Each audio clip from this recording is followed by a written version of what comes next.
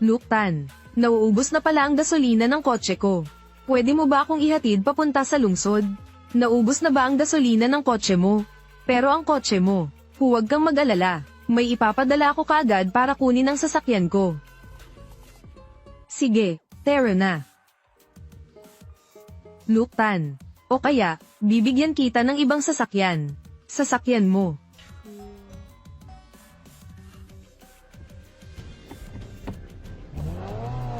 Nakaon ang sport mode. Oh Diyos ko, may sport mode pala ang sasakyan mo. Humawak kang mabuti.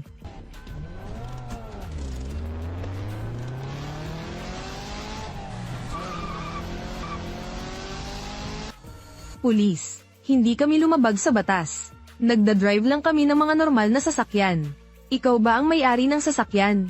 Ang may-ari ng sasakyan ay yung tumatawag ngayon. Tawagin mo siya dito.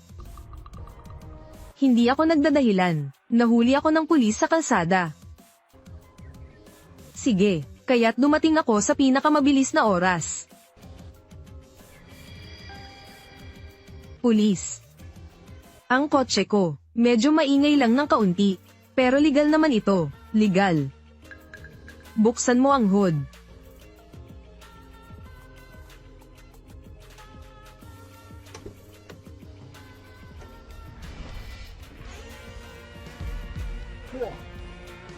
Labindalawang cylinder engine.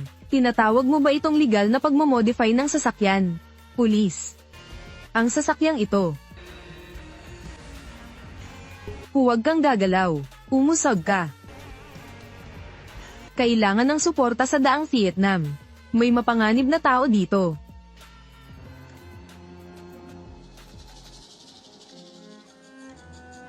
Ang walang kwentang taong iyon. Ano na naman ba ang dahilan niya? Sabi ni Luktan, nahuli siya ng mga traffic police. Alam ko na agad yan. Ngolong, ano ang ibig mong sabihin? Sabi ni Luktan, humihingi siya ng permiso sa opisina. Pero umuwi siya sa bahay. At tinawag pa ang mga scammer na yun. Matapos makinig sa tawag si Luktan, nagmamadali silang lumabas. Ano ba ang balak nila? Alam naman ng lahat. Ano ang ibig mong sabihin? Lumabas sila para manloko. Nagtipon-tipon ang mga manloloko.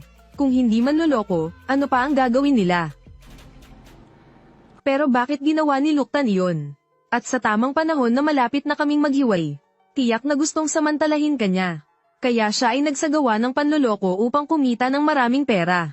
Upang mapigilan kang umalis. Oh Diyos ko! Si Luktan ay talagang isang walang kwenta at masamang tao. Kung siya ay manloloko at mahuli, maaapektuhan tayo niyan. Nguyen, kailangan mong tawagan siya, Tita Lay. Sa tingin mo aamin si Luktan? Anong dapat nating gawin? Dito lang tayo maghihintay na mamatay. Sa palagay ko, dapat na tayo ay umuwi na. At ayusin natin ang mga peking gamit na porselana. Kaya naman, wala na silang magagamit para manloko ng iba. At mabubunyag natin ang balak ni Luktan. Tama, tama, tama. Tama si Ngolong. Nguyen, Tara, bilisan natin. Sandali lang. Ano pa ang hinihintay mo? Kung mag-aatras pa tayo, hindi na tayo aabot. Kung tayo ang magdedesisyon sa mga porselanang iyon. Tapos sasabihin ni Luktan na tunay ang mga iyon. Ano na lang ang gagawin natin? Peke lang ang lahat ng iyon. Hindi mo dapat tulungan ng mga manloloko. Ganito na lang. May kilala akong sikat na tagasuri ng mga anti-gang bagay. Isasama ko siya para magsuri. Sinisiguro ko sa iyo na sa oras na iyon, malalantad ang tunay na mukha ni Luktan. Mabuti, mabuti, mabuti.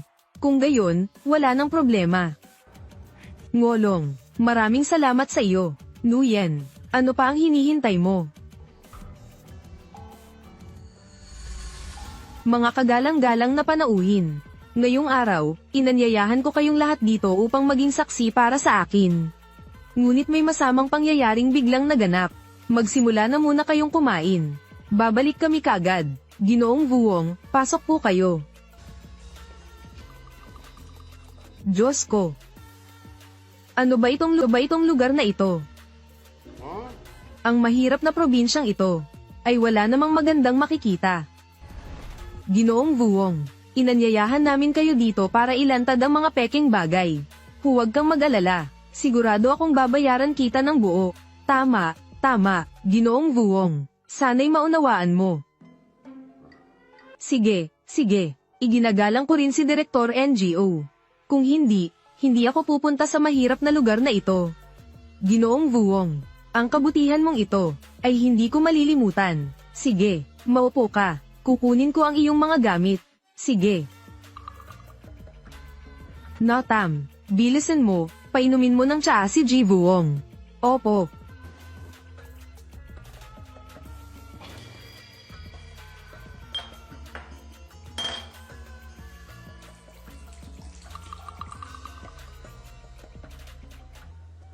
Ginoong Vuong, narito po ang inyong tsaa. Diyos ko, kailangan pa bang maghanap pa? Ito na ang kayamanan. Narito lang ito sa mesa. Ginoong Vuong, iyon ay isang ordinaryong tasa ng tsaa sa aming bahay. Hindi mo naiintindihan. Ito ay porselana mula sa dinastiyang Le. Kung tunay ang porselanang ito ay walang katumbas na halaga. Sinasabi mo bang porselana ng dinastiyang Le yan? Nguyen, ilan bang pekeng porselana ang mayroon kayo sa bahay nyo? Bukod sa set ng porselanang tasa na dala ni Academic Yanma, may dalawa pang set ng tasa. Ang isa ay ito, at may isa pa. Nasa kwarto niya ang isa. Dalhin mo rito lahat para makita ni Ji Vuong. Nguyen, Ngolong, kung walang problema, pwede ba akong mag-livestream? Okay lang, okay lang. Sige lang, Mr. Vuong. Notam, pakiusap, tulungan mo akong mag-video. Sige. Kamusta sa inyong lahat? Ang pinakamamahal na Vuong Thai ng lahat. Ako ay nasa ere na naman.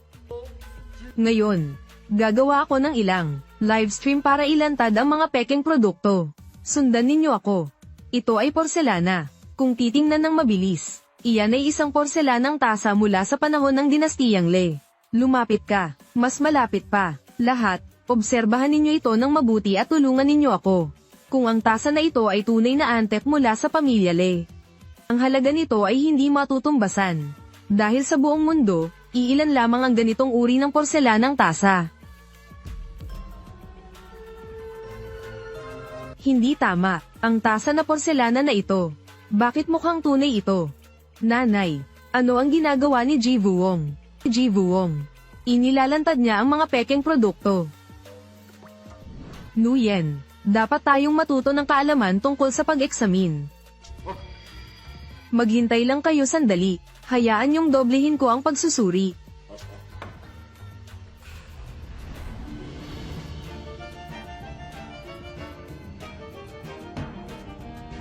Ginoong Vuong, may resulta na ba? Diyos ko. Binibining Nguyen. Ang tasa na porselanang ito. Saan mo ito nabili? Binili ito ng asawa ko sa isang maliit na tindahan. Mabuti, mabuti, mabuti. Oh Diyos ko, ito talaga ang porselana mula sa panahon ng dinastiyang Le. Ginoong Vuong, ang set ng porselanang ito. Malamang peke lang ito. Ito. Binibining Nguyen, sa pagpunta ko rito, narinig ko, na nag-aral ka rin ng pagtatasa ng mga antigo. Tama ba? Noong nasa kolehiyo pa ako, nagkaroon ako ng subject na iyon. Limitado lang ang aking kaalaman. Kung hindi ko na kailangan pang imbitahan ka rito para magsuri. Mabuti, ang galing. Malapit na akong yumaman. Hindi ko inaasahan na may araw na magiging ganito ako kaswerte. Mabuti, mabuti, mabuti. Kaya pala, ang tasa na porselanang ito ay isang ordinaryong peke. Kahit na high class na peke ay hindi rin ito. Kung inanyayahan ninyo ako para mag-appraise ng mga antigo. Ngunit ang mga pekeng bagay na ito, talagang, nag-aaksaya lang ito ng aking oras.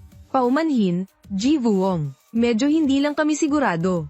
Kung sasabihin mong peke ang tasa na iyan, magbigay ka ng sertipiko ng pag-eksamin. Babayaran ko ang serbisyo mo. Madali lang ang pagbibigay ng sertipiko. Pero, kailangan ko munang paalalahanan kayo. Ang mga mumurahing porselanang ito, kung gagamitin mo ito sa pag-inom ng tubig, Kung matagal itong nakatago, ang mga kemikal na sangkap sa porselana ay lubhang mapanganib at magdudulot ng malubhang epekto sa kalusugan ng tao. Sige, kung naniniwala kayo sa akin, tutulungan ko kayong ayusin ito. Ang mga peking produktong ito ay nakakasama sa kalusugan. Kasalanan lahat ito ni Luktan. Araw-araw siyang nagdadala ng mga basurang gamit sa bahay. Talagang mapanganib siyang tao. Sisirahin ko ito. Huwag.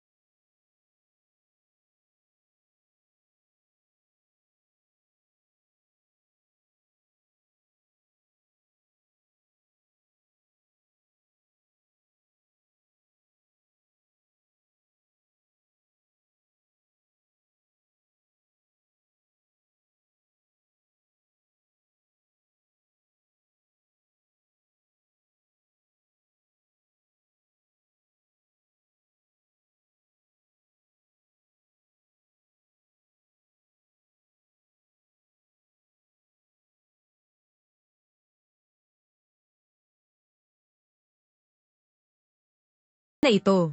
Pero natatakot ako na nanloloko siya. Kaya't pinanood ko pa ng kaunti. At labis akong nagulat. Ano ang nakakagulat sa iyo? Putang inang Vuong Hang. Dati, nakulong siya dahil sa paggawa ng peking gamit. Ngayon, puro peking programa ang ginagawa niya. Pang-akit lang ng views sa internet. Kumikita sa hindi patas na paraan. Pero iba na ito ngayon. Natuklasan ko ang Le Dynasty Porcelain. Sabi ni Toy Vuong Hang peke raw ito. Pero sa tingin ko, hindi mukhang peke. Kaya, naparito ako para ipatingin sa iyo.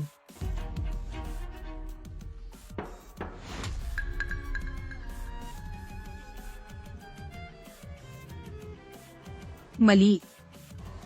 Mali, mali. Chairman Jiang, nagkakamali ba ako ng tingin? Hindi, ang ibig kong sabihin ay, ang Le Dynasty Porcelain ay lubhang mahirap na pekain. Ang mga ordinaryong tao ay hindi kayang gumawa ng peking produkto na may ganitong kalidad. Kaya ang ibig mong sabihin ay, ang tasa mula sa panahon ng dinastiyang Le ay tunay. Bagamat hindi pa tiyak na matukoy ng eksakto. Pero malamang na totoo ito. Bukod pa riyan, kahit peke man ito, ang gantong klaseng peke, napakahalaga rin ito. Tandang Vuong Hang talaga. Paano niya nagawang basagin ang tunay na bagay na ito? Ginoong Vuong, hindi ba't peke lang ang mga bagay na ito? Diyos ko!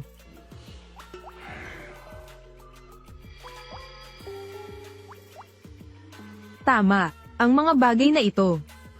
Peke talaga. Pero ang mga peking ito, may konting halaga rin. Kung nasa kamay namin ito, sa kamay ng mga eksperto sa anti-gang bagay, kaunti man lang, may konting halaga pa rin ito. Ganyan mo siya babasagin, hindi ba't sayang naman? Tama ka, Maria, huwag kang magmadali, gayunpaman, pumirma na ako ng kasunduan sa ari-arian kay Luktan. Kung seryosohin natin, ito ang mga personal na gamit ni Luktan. Paano kung mag-claim siya ng kabayaran?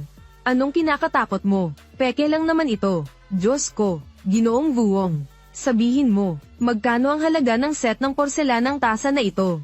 Nagkakahalaga lamang ito ng ilang daang dolyar. Akala ko malaking halaga. Ilang daang dolyar lang ito. Basta't makipaghiwalay si Luktan sa iyo, babayaran ko siya ng 10 beses pa. Diyos ko, ang mga larawang ito, mga kabayo ni Tuhong. Ang hipon ni Tethatch. Ang kalabaw ni Linim. Ang tigre ni Tantien, ang mga larawang ito, posibleng totoo rin ang lahat ng ito. Luktan. Sa tingin ko, hindi ka pinaniniwalaan ng pulis na ito. O kaya ipasundo kita sa tatay ko. Kung may trabaho ka, magtrabaho ka na lang. Ito, ako na ang bahala. Hindi na kailangan. Hintayin natin ang traffic enforcers. Ipaliwanag na lang natin sa kanila ng maayos. Huwag kayong aalis. Kinuhaan ko ng litrato ang makina ng sasakyan mo, at ipinadala sa team. Ayon sa ulat ng team, ang V12 engine mo, hindi lang ito ang pinakabago. Higit pa riyan, ito ay military grade. Alam mo ba kung ano ang ibig sabihin ng military grade? Syempre alam ko. Alam mo na, tapos ginamit mo pa ng sarili mo. Ako ang nag-research nito. Bakit hindi ko pwedeng gamitin? Paano mo nasabing ikaw ang nag-research? Bakit hindi mo sinabi agad? Ikaw ba ang gumawa ng rocket? Ang pinakabagong rocket propulsion engine. Ako talaga ang nag-imbento nito. Tama, ako ang saksi. Totoo ba ang sinasabi ninyong dalawa?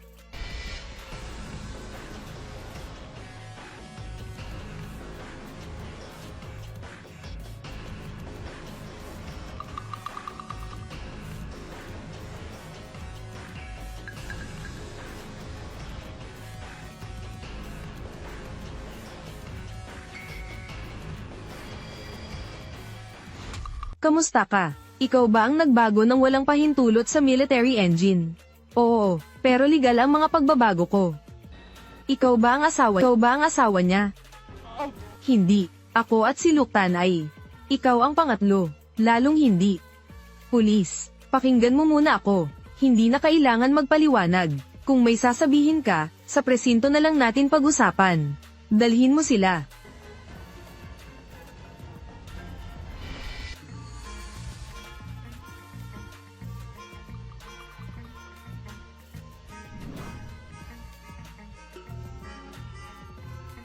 Diyos ko, lahat ito ay tunay na antigo. Lahat ba talaga ay tunay? Oo, sigurado ako ng 99%. Peke lang ang mga bagay na ito. Vuong Hang, kung hindi mo ikinahihiya, pwede mo na rin kunin ang mga pekeng porcelain na yon. Para hindi na namin itapon. Sino to? Hindi nakikita ang mukha, siguro ay, ang may-ari ng bahay na ito. Dapat mong tawagan agad si Vuong Hang. Tanungin mo kung nasaan siya. Opo. Ang mga larawang ito, peke rin ito, kahit na maganda ang mga ito. Ang kabuuang linya ay, medyo magaspang ang mga larawang ito. Wala itong halaga kundi ilang daang dolyar. Mga karaniwang dekorasyon sa bahay. Hindi ako taga-kolekta ng basura. Yun lang, hindi ko na ito ibebenta. Ano? Bakit mo naman hindi ibebenta? Ang peking bagay na ito na nagkukunwaring tunay. Pananatilihin lang para manloko ng tao. Ay, tama ka, si Aling Lei. Ang talino mo talaga. Syempre naman.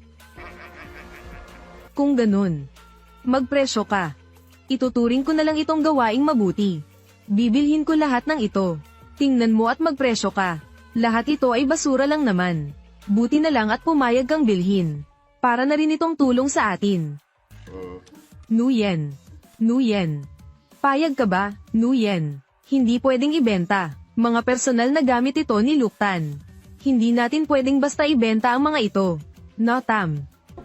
Huwag ka ng gamulo pa. Nakalimutan mo na ba kung bakit tayo nandito? Pero, tumigil ka na. Tumawag si Luktan sa akin. Luktan. Tanungin natin siya. Ano ba ang tinatanong mo? Hello, Luktan. Ikaw. Sino ka? Ano? Pulis. Sinabi mong dinala si Luktan sa presinto.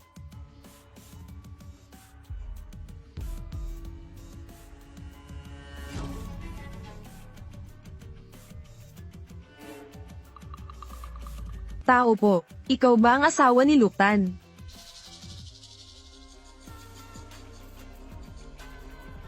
What? Ano po ang nangyayari?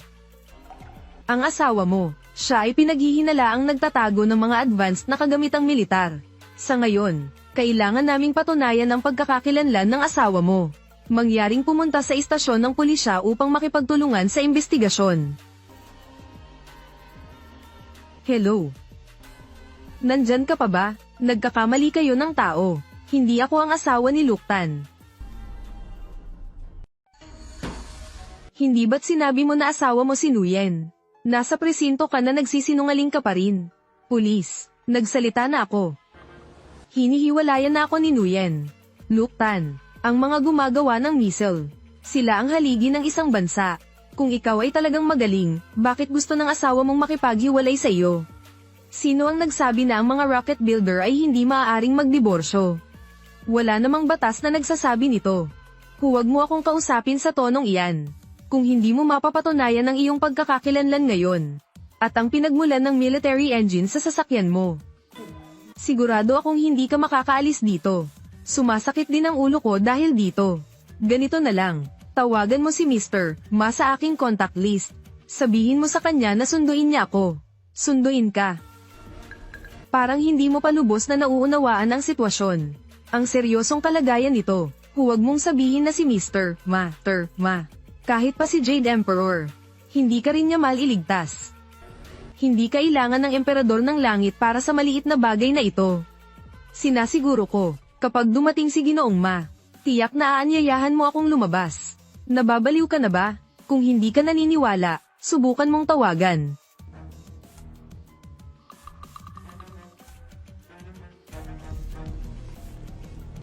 Hindi ba ito ang numero ng tatay ko? Anong nangyayari? Yung walang kwentang si Luke Tan. Anong nagawa niya? Nahuli siya ng pulis. Ate Nguyen, nahuli na si Luke Tan ng pulis. Baka may malaking pagkakamali. Anong pagkakamali? Sumama si Luke Tan sa mga scammer na yon. Ano bang magandang nagawa nila? Ang mahuli sila ng pulis. Iyon ay talagang mangyayari rin lang balang araw. Nahuli ng pulis si Luke Tan. Baka kasabwat din siya. Kaya pala marami siyang antigo. Kailangan kong magmadali. Nguyen, sinabi ko na ba sa'yo? Nguyen, ilang taon na kayong kasal ni Luke Tan? Pero wala siyang naitulong sa iyo. Siya pa ang nagdulot ng problema sa iyo. Nag-aatubili ka pa ba sa ganoong klaseng lalaki? Mayroon ka pa bang pinanghihinayangan? Huwag kang tanga. Gusto lang ni Luke Tan na saktan ka. Sige na, huwag ka nang magsalita. Ginoong Vuong, tingnan mo ang mga porselanang ito. At ang mga larawang ito. Tingnan mo at magbigay ng presyo. Basta makapagpakita ka ng sertipiko ng pagpapatunay, ayos na. Walang problema. Ang sertipiko ng pagsusuri, walang anumang problema. Kung ito ay bilihan, hindi ko sisingilin ang pagsusuri. Ang 3 set ng tasa. Hindi. 2 set at kalahati. Ang mga peking tasa na ito. Kasama ang 4 na larawang ito. Kabuo ang babayaran ko sa inyo. $6,000. Napakagandang halaga na iyan. $6,000. Napakaganda. Yayaman na ako. Gagawa na ako ng sertipiko ng pagpapatunay para sa iyo kaagad.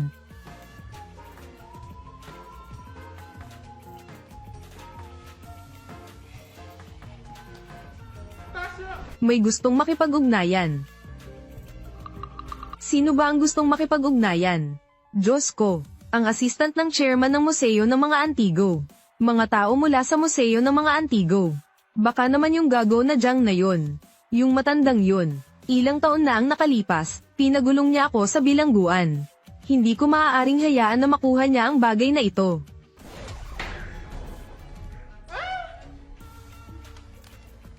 Huwag mo na silang pansinin. Pero, tiningnan ko lang ang account na ito. Parang ito talaga ang account ng Museo ng mga Antigo. Ginoong Vuong. Bakit parang takot na takot siya sa account na ito?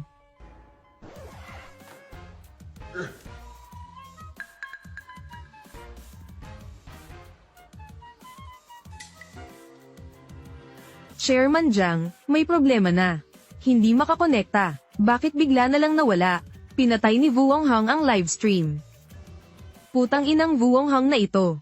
Wala siyang natutuhan. Gusto niyang kunin ang porselana mula sa dinastiyang Le.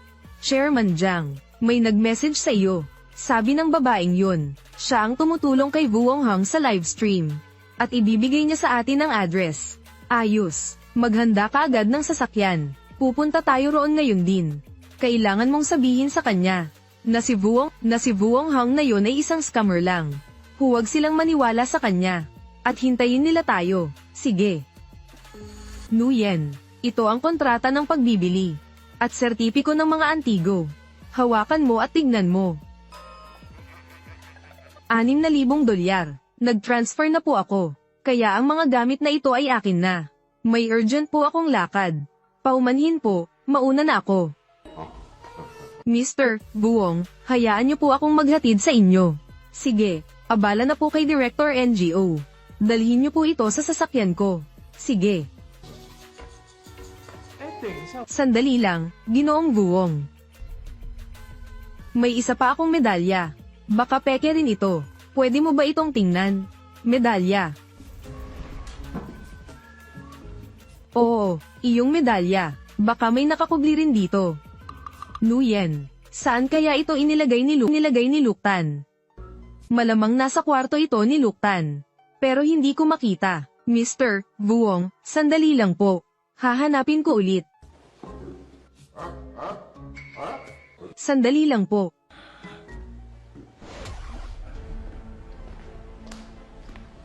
Kung totoo ang sinabi ni Chairman Jiang, si Ji Buong ang tunay na manloloko. Kailangan kong isipan ng paraan para mapigilan siya.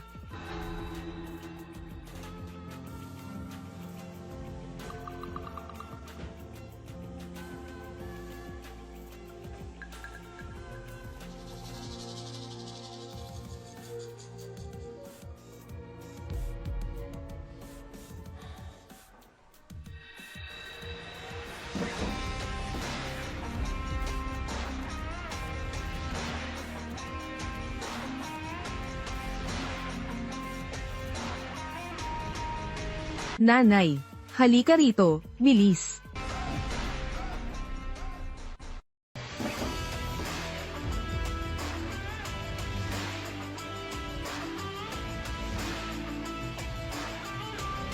Nanay.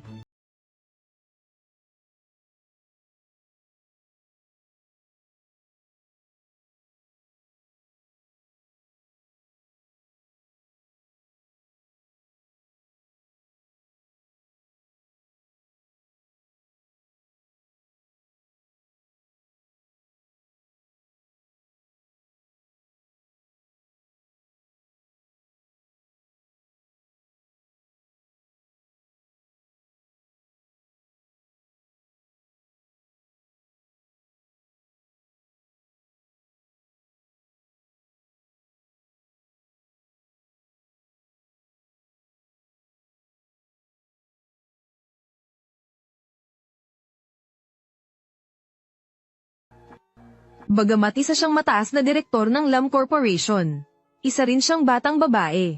Sana'y huwag ninyo siyang takutin. Mag-alala ka muna sa sarili mo, pulis. Ang tagal mo naman. Dapat tumawag ka. Magsalita ka. Sino ka ba talaga? Ano ang relasyon mo kay Academic Yanma? Sa tono ng pananalita mo, parang kilala mo rin si Mr. Ma, di ba? Kung ano ang itanong ko, iyon ang sagutin mo. Kung hindi, huwag mo akong sisihin kung magiging malupit ako. Pulis.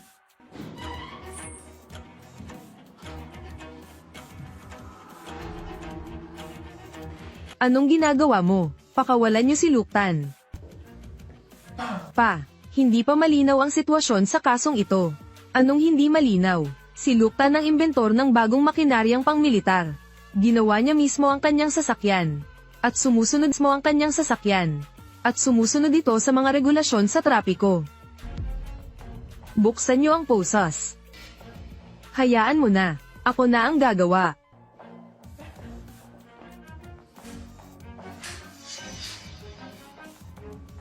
Luktan. Pasensya ka na.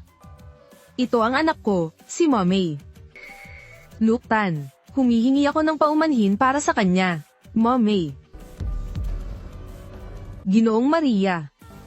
Maganda ang ipinangalan mo sa anak mo. Nakakatuwa. Pasensya na kung nakakita ka ng kakatuwang bagay. Si Mommy ay lalaki kung kumilos simula pa noong bata. Tay, pa. Hindi pa malinaw ang pagkakakilanlan ng lalaking ito. Pagkakakilanlan. Hindi lang ikaw, pati ang mga nakatataas sa'yo. O ang mga nakatataas sa mga nakatataas sa'yo. Wala silang karapatang imbestigahan si Luktan. Naiintindihan mo.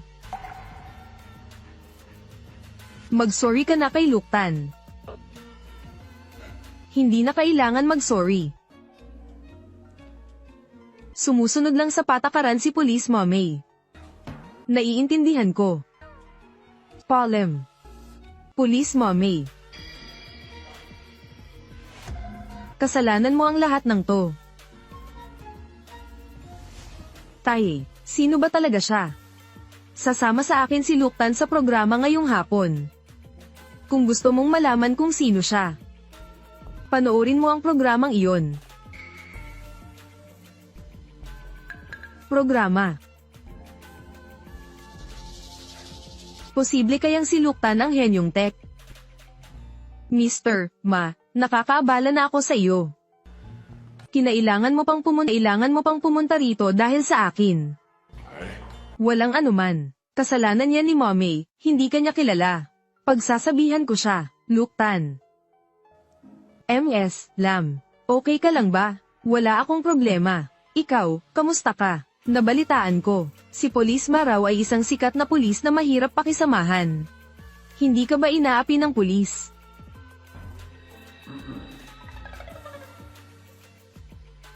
Anong sinasabi mo? Wala akong problema. Si Police Ma ang pinakamagandang babae sa istasyon ng pulis. Isa rin siyang bulaklak, medyo mahinahon din ang ugali niya. Mahigpit lang na pagpapatupad ng batas. Hindi ba, Ginoong Ma? Tama, dahil nalutas na ang hindi pagkakaunawaan. Mauuna na po ako. Magkita tayong muli, Palem. Mag-ingat ka sa pag-uwi. Anong nangyari kay Academic Yanma? Napahinto mo yata siya sa sinabi mo. Anong sinabi mo? Nagsalita lang ako ng normal. Nagbibiro lang ako. Sige, tara na. Luktan. Talaga bang itutuloy mo ang diborsyo? Oo naman. Bakit? Tumawag sa akin kanina si Assistant Fang. Sa tingin ko, kailangan kong sabihin sa iyo ito. Ang alin? Nagpadala ng imbitasyon si Assistant Fang kay Nguyen. Dahil nagmamadali siya, pumunta siya sa mismong seremonya ng diborsyo mo.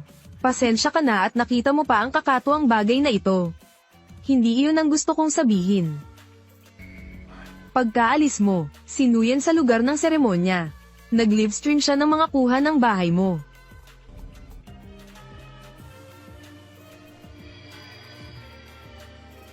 Ginoong Vuong, sandali lang po. Yung mga medalya. Halata namang peke yung mga medalya na yan. Wala yang halaga, pero pwede na rin pang display sa bahay. Kung ganun, kampante na ako. Tutal, wala naman palang halaga. Sige, kunin mo na lahat. Nakakasagabal lang dito sa bahay. Imposible. Kung dadalhin ko lahat to, siguradong hindi ako makakaligtas. Hindi. Para mo na ba akong itinatapon? Hindi, Mr. Vuong. Nagkakamali ka. Sige na, huwag ka nang magsalita. Tara na. Mr. Vuong. Ang hirap mong makarating dito. Tingnan mo kung may mga pekeng gamit pa sa bahay. Kunin mo na lahat. NHU Tam. Bakit bigla kang nagbago ng ugali? Natatakot lang ako na gumawa ng illegal si Luktan. NG Vuong, maghintay pa po kayo. Para mas maghanap pa kami.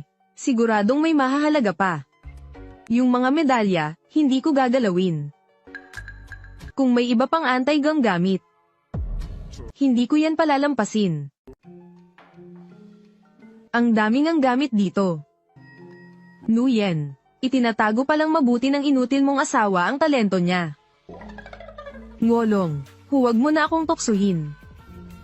Hindi naman, Nguyen. Sa totoo lang, hindi ka nararapat sa kanya. Alam mo naman ang pagmamahal ko sa iyo. Huwag ka nang magsalita. Naiinis ako pag nababanggit ang walang kwentang pangalan na yon. Mr. Vuong, maghintay ka pa ng kaunti. Hahanapin pa namin ang mga pekeng gamit na ito. Ubusin na natin ang lahat. Oh, Diyos ko. Sige. Sobra na yan. Marami na rin tayong nakita. Higit pa rito. Hindi ko na kaya pang dalhin. May gagawin pa ako. May gagawin pa ako. Kailangan ko nang umalis. Bakit wala pa si Chairman Jiang? Bakit kaya traffic? Chairman Jiang, nag-text na naman yung babae. Sabi niya aalis na raw si Vu Wonghang. At itanong kung kailan tayo darating. Sabihin sa kanya na subukang ipagpaliban ito.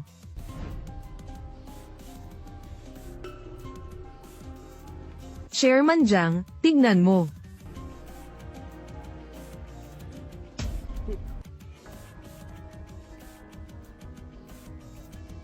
Ito.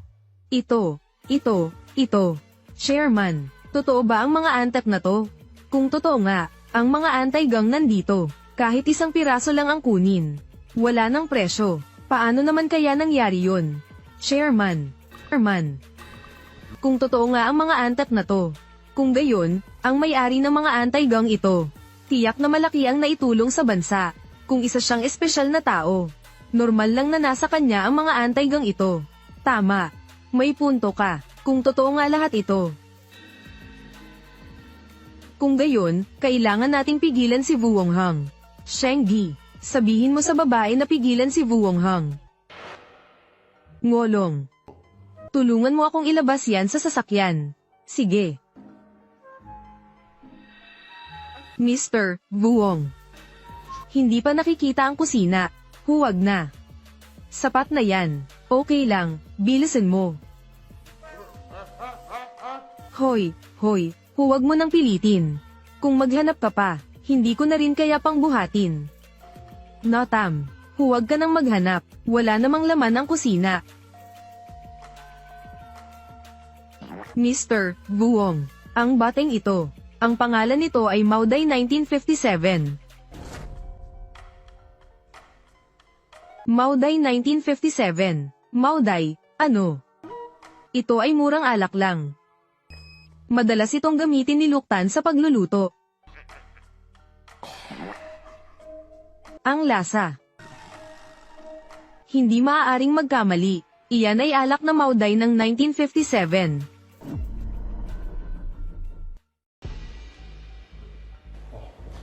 Sino kayo? Kamusta? Ang pangalan ko ay Jiang Chao. Ang pangulo ng museo ng mga antigo. Maaari ko bang itanong sa inyo? Si Ginoong Vu Wong. Dito ba siya nag-livestream kanina? Si Ginoong Vu Wong. Umalis na siya. Wala na. Bakit nyo hinahanap si Ji Vu Wong? Kaibigan ako ni Ji Vu Wong. Kung may sasabihin kayo, sa akin nyo na lang sabihin. Sino si Notam? Si Notam ay kapatid kong babae. Kilala mo ba siya? Nasaan siya? Kakadating lang niya kasama si Mr. Vu Wong. Ano ba talaga ang nangyayari? Chumak, tawagan mo agad si Notam.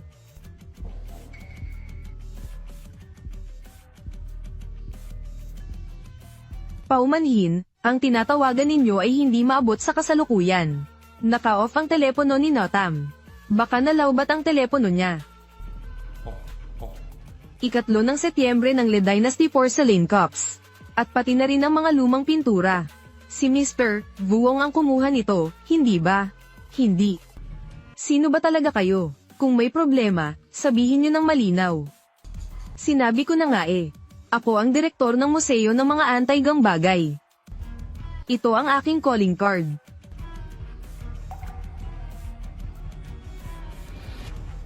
Sasabihin ko sa inyo, ang taong tinatawag ninyong Ji Vu Wong ay isang manloloko lang.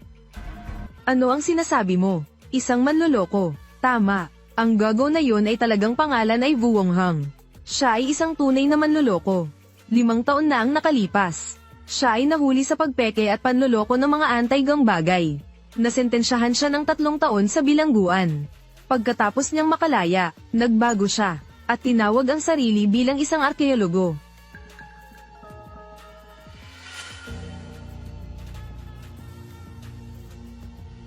Notam, tingnan ko kung matutulungan kita. Notam, mali ang narinig mo. Ang ibig kong sabihin ay, kung ihahambing ang alak na ito sa tunay na Mauday, Para lang itong panghugas ng pinggan. Ano ang sinasabi mo? Kaibigan ko si Ginoong Buwong. Paano siya naging manloloko? Sa tingin ko kayo ang mga manloloko. Tama, kilalang kilala si Ji Buwong sa mundo ng Antigo. Paano siya magiging manloloko? Maniniwala ka man o hindi? Ngayon, gusto ko lang malaman kung tunay o peke ang set ng porselanang iyon. Sabihin mo nga, yung 3 antique porcelain cup. Si Buwong Hong ang kumuha nun, di ba? Anong kalokohan yan? Saan kukuha ng pera si Luktan para bumili ng Antigo? Kung totoo yan, kakainin ko ang tae para sa'yo. May mga piraso pa rin dito. Saan? Tingnan ko nga. Nasa basurahan.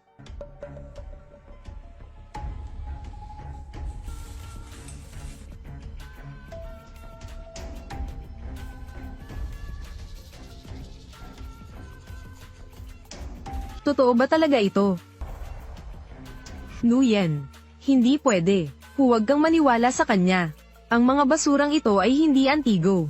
Tama. 100% akong sigurado. Ito ang tunay na porselana ng dinastiyang Le. Isang pambansang kayamanan. Walang katumbas ang halaga nito. Paano ito magiging totoo? Hindi pwede.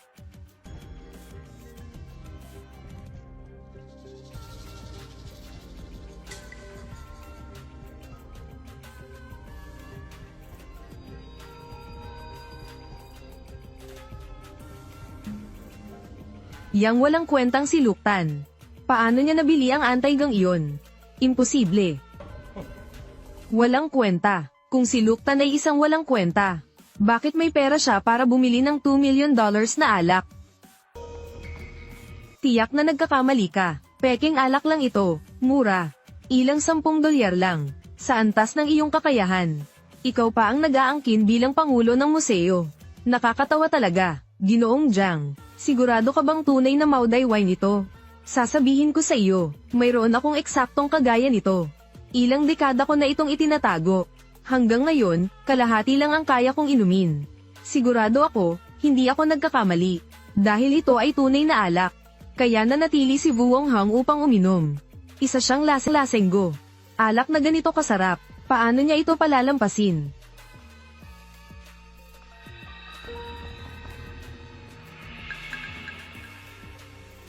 Ang isdang ito. Parang pamilyar ang itsura niyan. Iyon ay isang dragonfish. Ano bang pinagsasabi mo? Isang ordinaryong carp lang yan. Huwag mong palabasin. Hoy, may 2 pang iba dyan.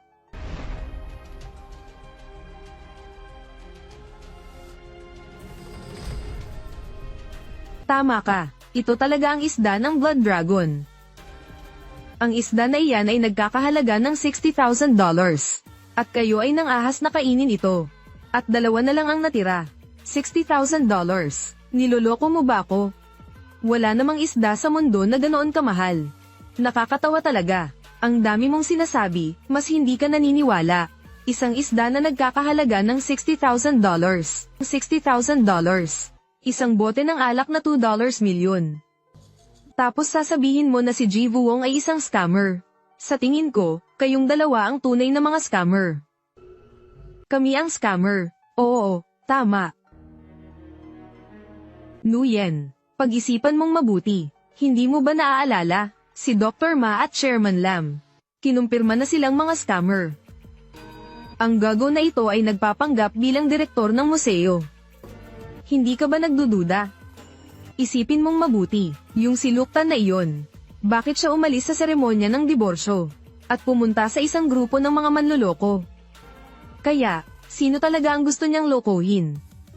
Ang ibig mong sabihin ay, ang taong gustong lokohin ni Luktan ay si Nguyen. Tama. Kakabalik lang ni Luktan sa hotel.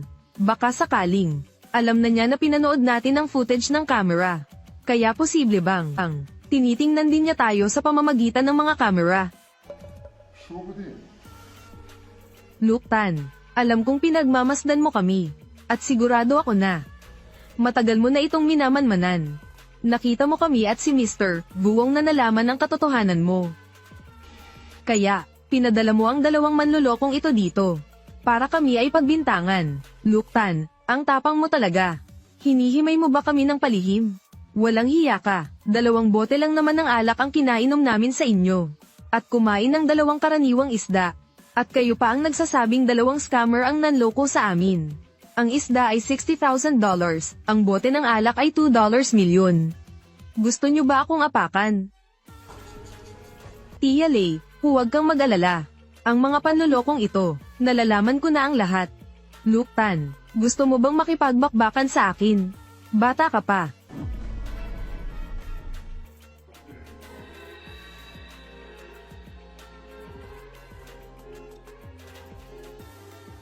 Luke Tan,